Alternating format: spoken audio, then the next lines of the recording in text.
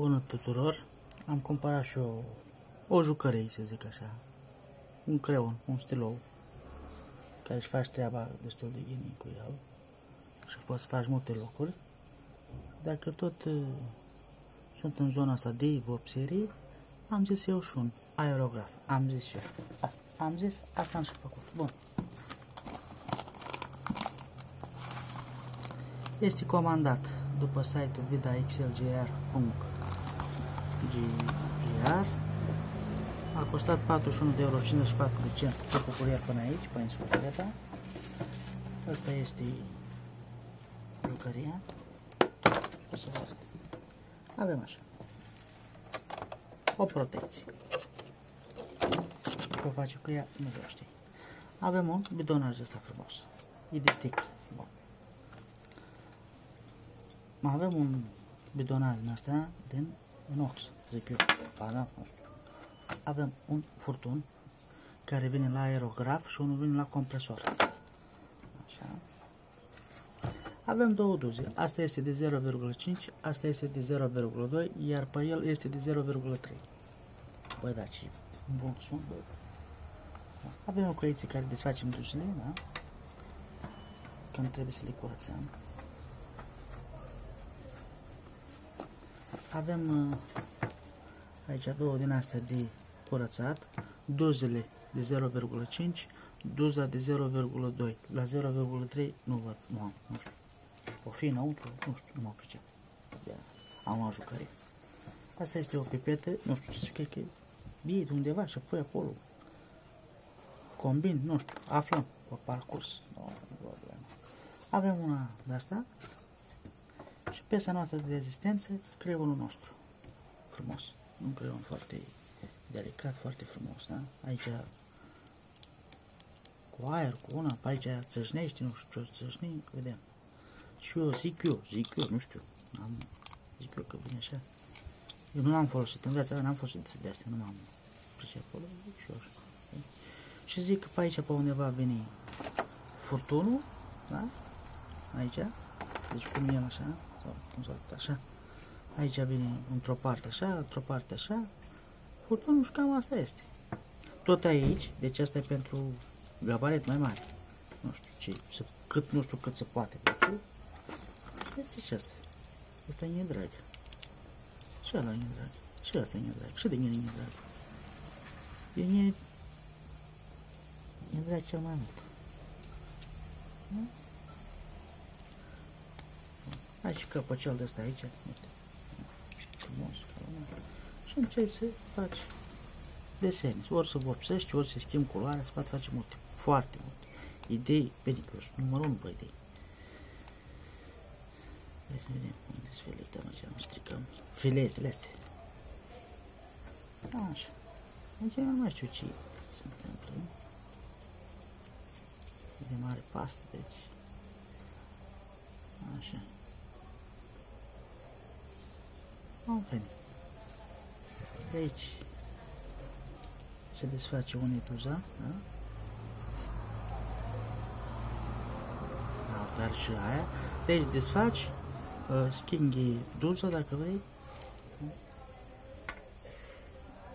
Nu e nevoie, e ca un ac. E ca un ac și țâșnești în țâșnitoarea asta și să faci suprapresiune. Am venit. Nu e ceva complicat. Dar zic eu că e mișto. Trebuie să punem și asta aici. E dintr-un material mișto. Deci nu e... E o leacă greu, nu e chiar așa ușor. Da? Și cam asta e jucăria, zic eu. Și mai avem și cartea de instrucțiuni. Cartea de instrucțiuni care, bineînțeles că are și româna noastră, are engleză, are olandeză, franceză, italiană, poloneză, are toate limbile. Da, are toate limbile. Da, înțelegi. Așa. Are un burete de asta aici, carcasă.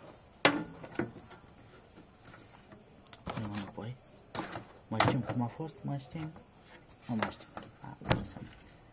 Tu ai fost aici. Da?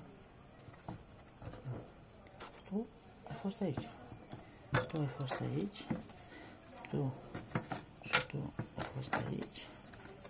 Mama, ne descurcăm. Tu și cu tu ați fost aici. Tu ai fost din coamă, nu coamă, nu coamă. Nu coamă. Mă mic pielea. Tu ai fost aici. Tu ai fost aici. Tu ai fost frumos aici.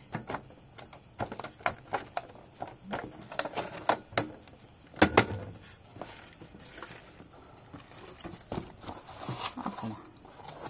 Cât am 5 minute.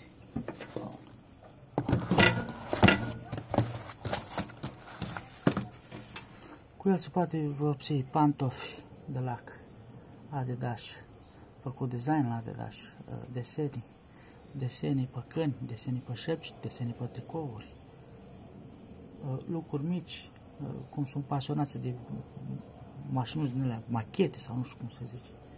Așa, le puteți schimba culoarea, se poate face mult. Poți să faci un desen pe perete, la copil, în camera, poți să faci la tine un 3D pe tavan. Nu știu, sunt multe care se poate face cu vopseaua și cu aerograful ăsta. E ceva revoluționar. Nu că eu acum am aflat. Cine știe că și da, bun. Da.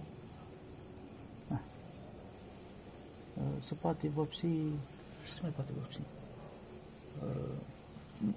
Să faci desene pe mașini. La polonezi e 8.000 de euro să faci un desen pe mașină. Dacă nu și mai gine. Cu Tom și Jerry, Tom și Scooby-Doo și așa mai multe. Cu aerograful se poate face multe. Se poate face un desen pe bucătării, pe dulapurile la bucătării, să zicem. Pe mașina de spălat, pe frigider, pe unii poftește inima ta, atâta cât să-ți cumperi culori și compresor. Da. Da. Pentru 4 pachete de țigări. Și am fumat și 4 pachete de țigări. Da, adică n-am mai fumat 4 pachete. Nu scuza. De dimineață și de aia sunt așa mai bolbărite. Da, eu sper să vă ajute. Dacă aveți întrebări, lăsați-le.